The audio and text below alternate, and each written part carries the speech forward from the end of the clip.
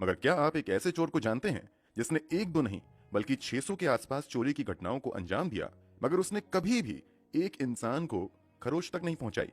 उसकी चोरी का एक उसूल था कि सस्ती चीजों को हाथ तक नहीं लगाता था। ये बस महंगी घड़ियां, गाड़ी, ज्वेलरी, विदेशी कुत्ते और दूसरी कीमती सामान की चोरी किया करता था। इसकी हर चोरी शहर के सबसे अमीर घर में होती थी। भारत के कई राज्यों के अलावा इसने कई दूसरे देशों में भी जाकर चोरी की। आप सोच रहे होंगे कि अगर इसने इतनी चोरी की तो पुलिस इसे पकड़ती क्यों नहीं थी।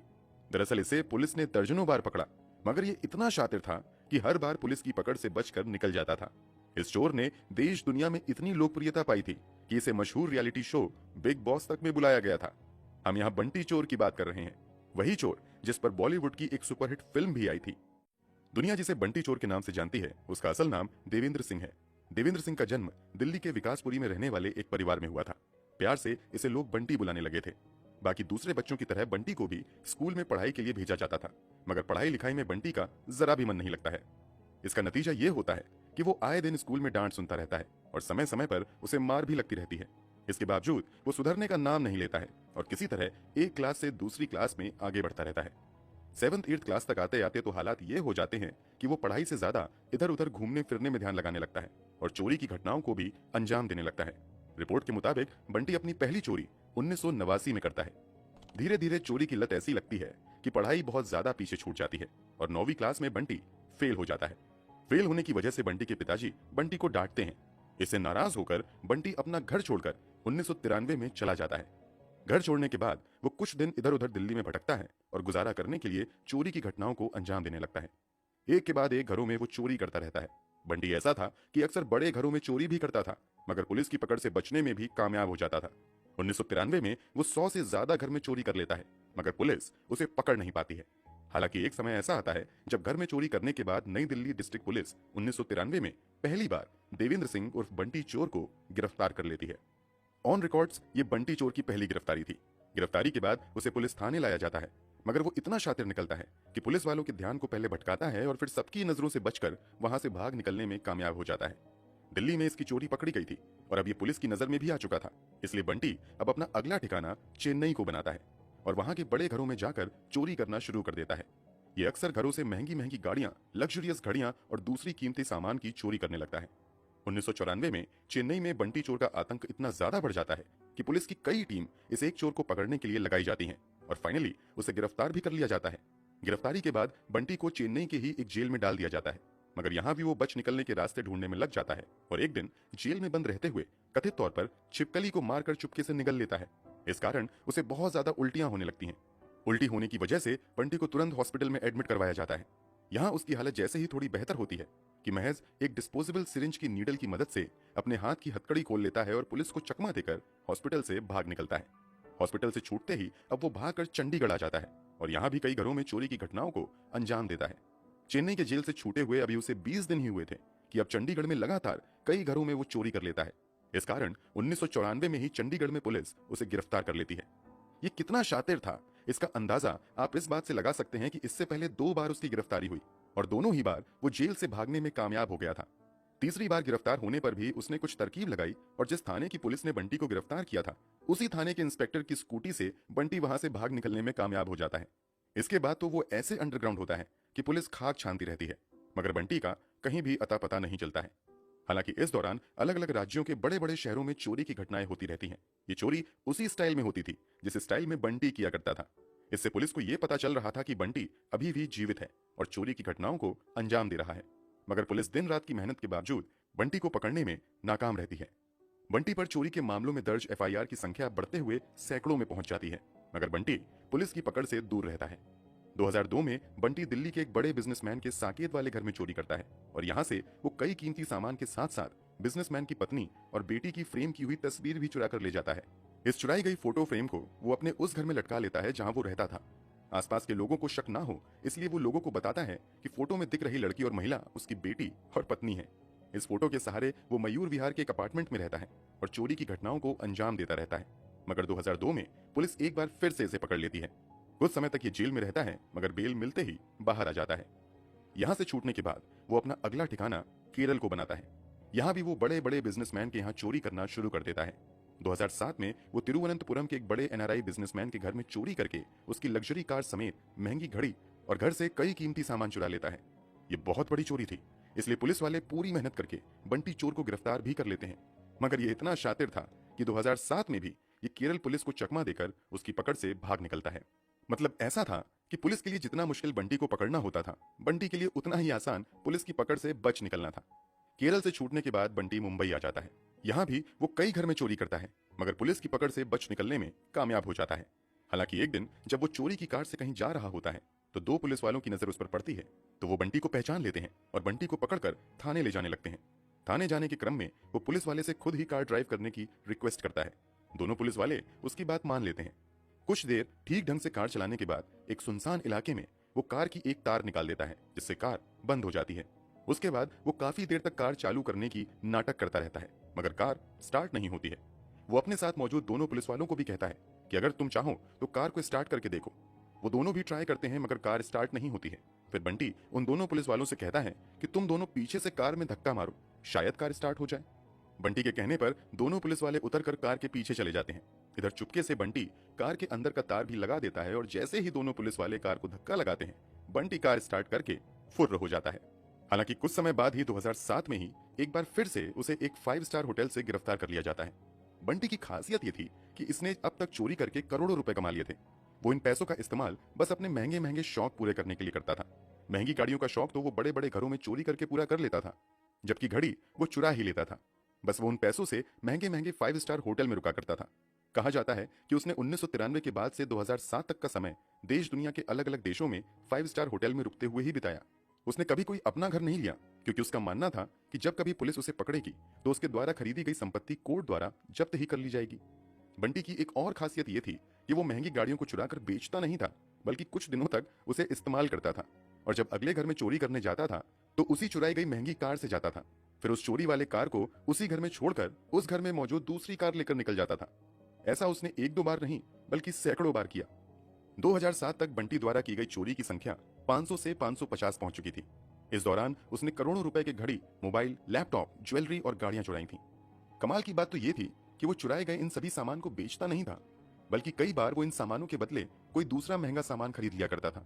जैसे जब वो दुकान में जाता था तो खरीदारी करने के बाद नाटक करता था कि उसका पर्स गिर गया है, मगर उसके पास ये महंगा मोबाइल है, तो सामान के बदले वो दुकानदार को मोबाइल दे दिया करता था।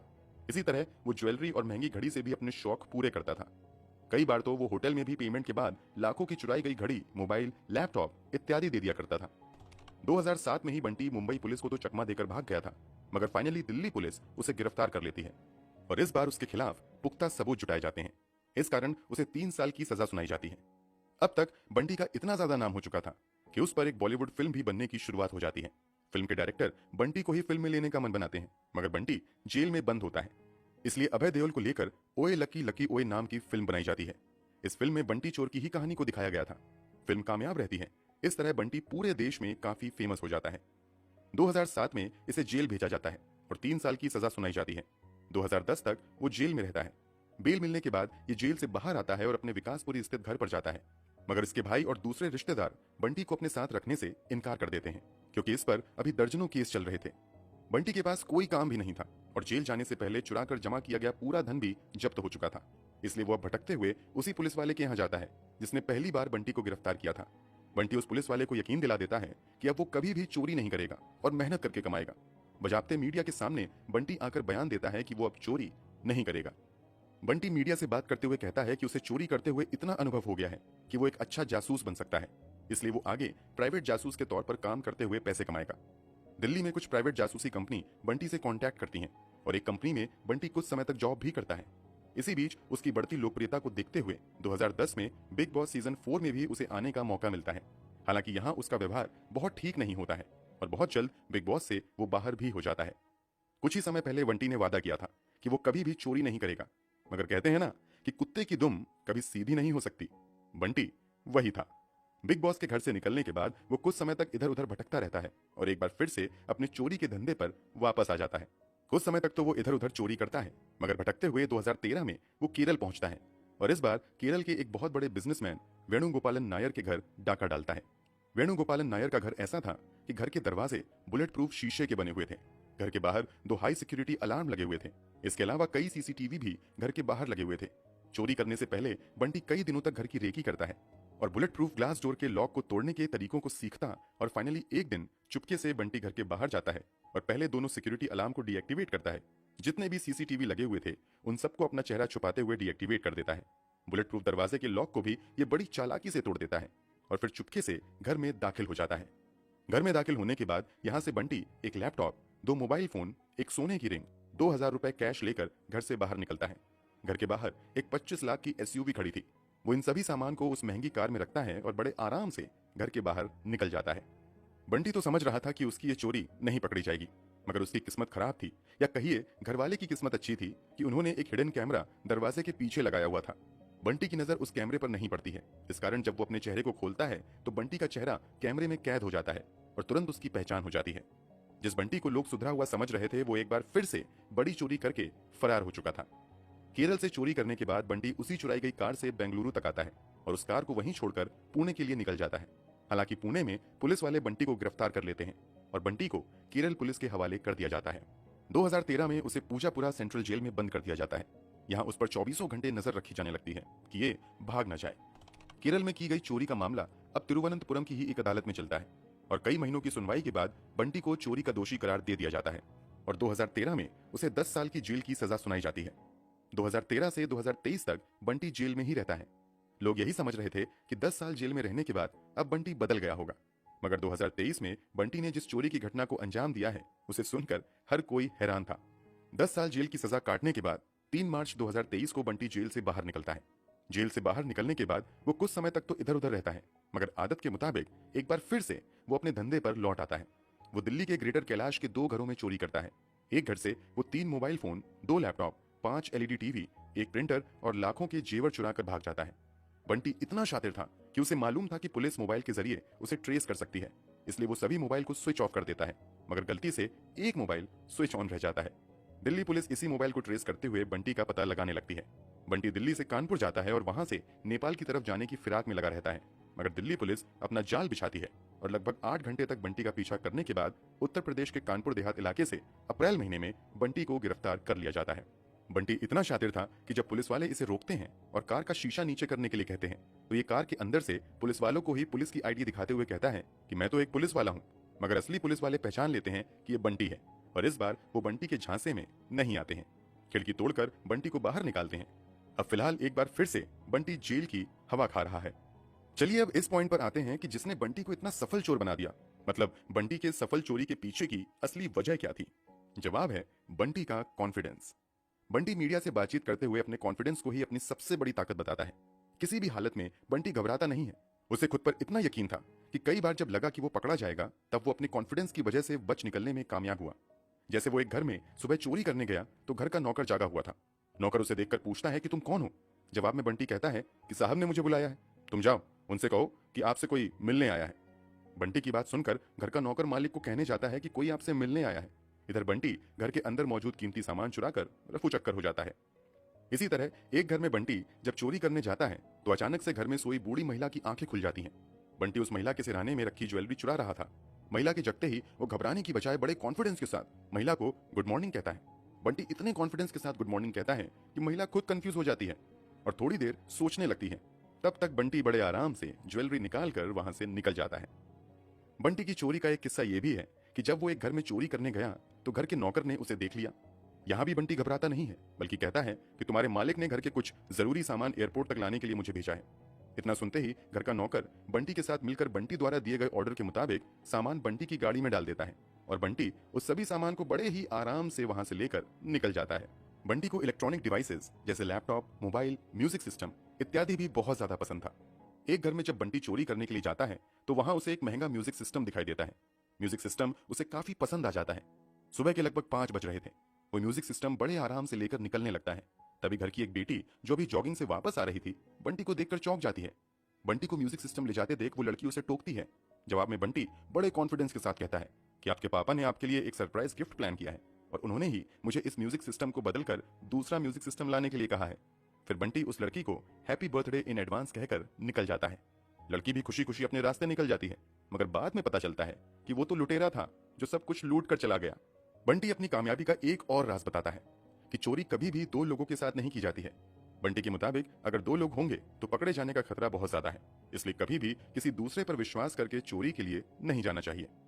आपके लिए यकीन करना मुश्किल होगा, मगर बंटी ने 500 से 600 चोरियां सिर्फ एक स्क्रू ड्राइवर की मदद से की। उसके पास कभी कोई हथियार नहीं रहा। उसने चोरी के दौरान कभी किसी को एक थप्पड़ तक नहीं मारा, बल्कि किसी को खरोच तक नहीं पहुंचाई।